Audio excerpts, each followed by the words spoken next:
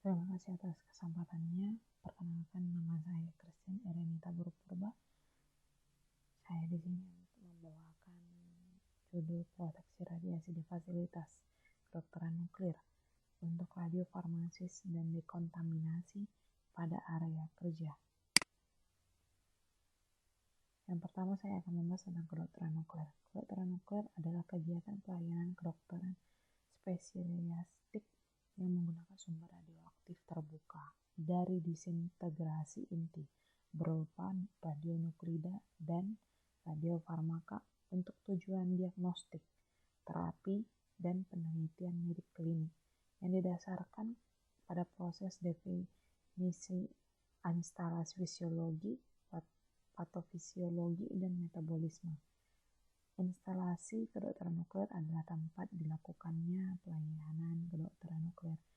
Ini merupakan salah satu dari Perka Bapeten nomor 17 tahun 2012. Kedokteran nuklir diagnostik in vivo adalah metode kedokteran yang dalam kegiatannya menggunakan radionuklida atau radiofarmaka yang dimasukkan ke dalam tubuh pasien untuk tujuan diagnostik. Kedokteran nuklir diagnostik in vitro adalah metode kedokteran yang dalam kegiatannya menggunakan radionuklida atau radiofarmaka yang dilakukan di luar tubuh pasien untuk tujuan diagnostik melalui pemeriksaan spesimen biologis pasien. Kedokteran nuklir terapi adalah metode kedokteran yang dalam kegiatannya menggunakan radionuklida atau radiofarmaka yang dimasukkan ke dalam tubuh pasien untuk tujuan terapi.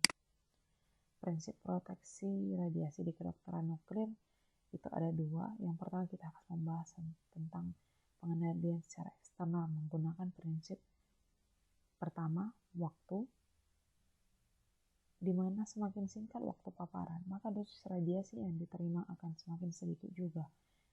Yang kedua, jarak, memaksimalkan jarak dari sumber radiasi, sehingga semakin jauh jarak dari sumber radiasi, maka semakin minim juga radiasi yang terpapar kepada kita. Yang ketiga, shielding atau penahan. Untuk mengurangi paparan radiasi dari sumber, maka pemilihan shielding bergantung terhadap sumber radiasi yang digunakan. Yang kedua, garis besarnya proteksi radiasi internal. Pengendalian lingkungan. Pengendalian lingkungan yang dimaksud saya di sini ada ruangan yang masuk ke dalam pengendaliannya adalah yang pertama hot lab. Hot lab di sini berfungsi untuk menyimpan dan pelabelan radiofarmaka. Yang kedua ruang injeksi, di mana di sini untuk menginjeksi pasien yang dilakukan oleh perawat. Yang ketiga radio post injeksi. Ketika setelah udah diinjeksi, jadi dimasukkan ke ruangan ke pos injeksi. Dan yang keempat, ruang pencitraan SPECT CT ataupun PET CT. Yang kelima, ruang isolasi, di mana ketika sudah diberikan radiofarmaka kepada pasien, maka pasien tersebut harus diisolasi sampai radiofarmakanya sudah aman untuk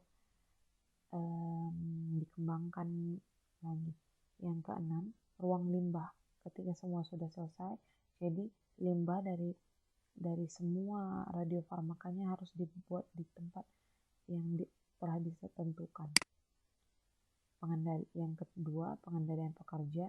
Setiap pekerja harus menggunakan personal monitor atau TLD, bisa juga Vendos. Yang kedua, menggunakan ring TLD. Itu dikhususkan untuk petugas hot lab dan perawat.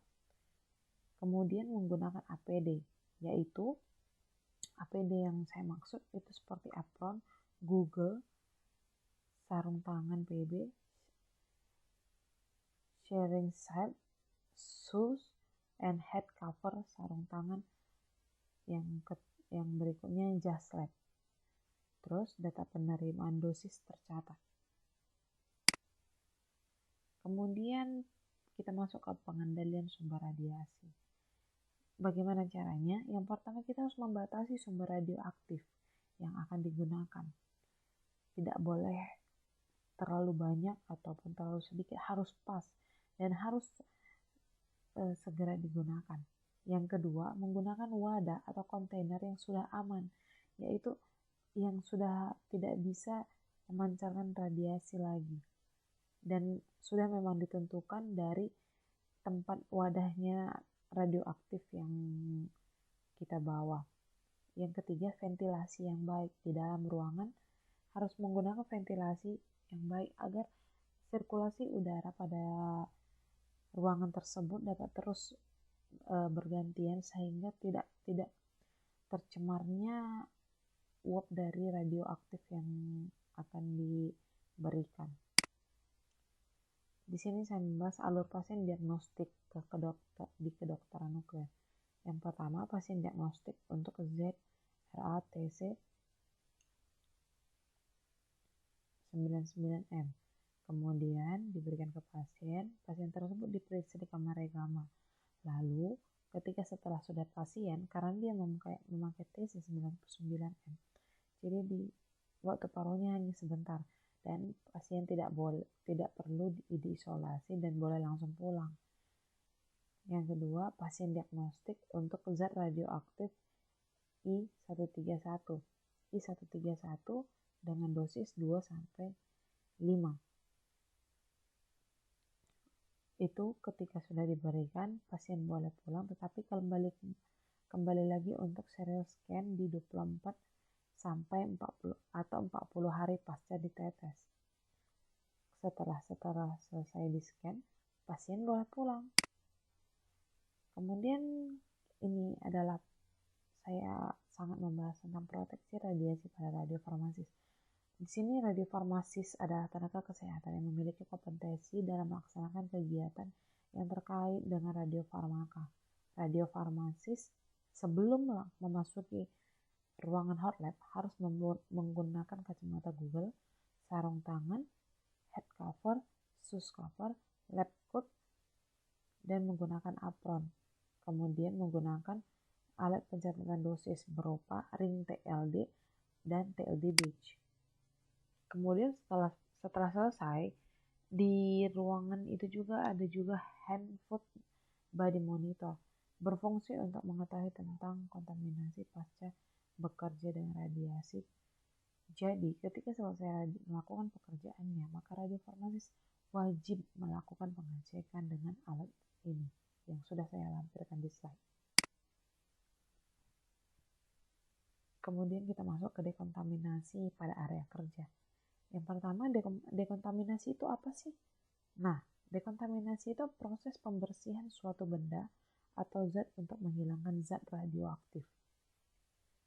Jikalau ada kontaminasi zat radioaktif di area kerja, maka harus dilakukan dekontaminasi secepatnya pada area yang terpapar tersebut agar tidak memapar orang lain ataupun benda lain di sekitarnya.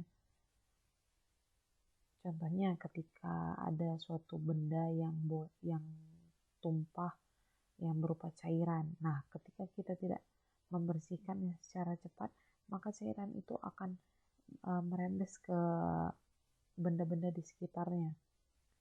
Yang pertama, batasi dulu akses yang ke tempat kejadian dengan menggunakan tanda bahaya radiasi. Karena ini dekontaminasi, maka petugas yang diizinkan untuk menanggulanginya hanyalah PPR dan fisika medis. Jadi, selain PPR dan fisika medis, ruangan itu tidak boleh dimasuki oleh siapapun juga. Nah, ketika sudah kita mau melakukan dekontaminasi, langkah-langkahnya pada area kerja merupakan petugas yang melakukan dekontaminasi tersebut terlebih dahulu menggunakan alat pelindung diri dulu dan alat pencatat dosis radiasi.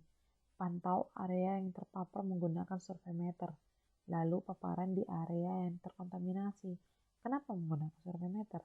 Karena kita tidak bisa melihat paparan radiasi yang udah terkontaminasi oleh cairan yang terjatuh tersebut. Jadi kita menggunakan surveimeter untuk mengidentifikasi di mana saja yang terpaparnya. Kemudian kita identifikasi daerah yang terkontaminasi dengan membuat tanda atau marker pada daerah tersebut. Jikalau limbahnya cairan, yang saya seperti bilang tadi, maka kita akan menggunakan tisu untuk mengelap limbah tersebut sampai kering. Dan kalau bisa pada proses pengelapannya itu hanya satu arah saja agar bisa lebih terkoordinir limbah yang udah kita bersihkan tersebut. Kemudian kita cek kembali dengan surveimeter. Apabila laju paparannya masih tinggi pada area tersebut, maka perlu dibersihkan kembali dengan menggunakan sabun atau cairan pembersih radioaktif dengan cara mencuci dan menyemprot cairan pembersih area tersebut. Kemudian usap kembali dengan tisu sampai kering dan ulangi hal tersebut sampai laju paparan yang teridentifikasi tersebut diperbolehkan. Ketika laju paparan yang diperbolehkan sudah kita capai, maka alat pelindung diri seperti sarung tangan, jas lab marker, masker kepala, dan lain-lainnya itu, maka yang sudah terkontaminasi maka harus dibuang. Jikalau di mana nilai ekonomisnya lebih menguntungkan daripada yang dekontaminasi. Kemudian setelah selesai, petugas harus mengecek apakah dia terkontaminasi atau tidak dengan food and hand monitoring atau surveimeter yang sudah saya tunjukkan pada slide sebelumnya. Kemudian, cek hasil dosis yang diterima oleh petugas selama proses dekontaminasi yang sudah dilakukannya tersebut. Terima kasih. Saya mengetahui banyak kekurangan yang saya lakukan dalam presentasi sekarang ini karena saya dalam proses belajar juga. Saya mohon pengajar atau pengampu dari mata kuliah ini dapat memaklumi saya. Sekali lagi saya ucapkan terima kasih.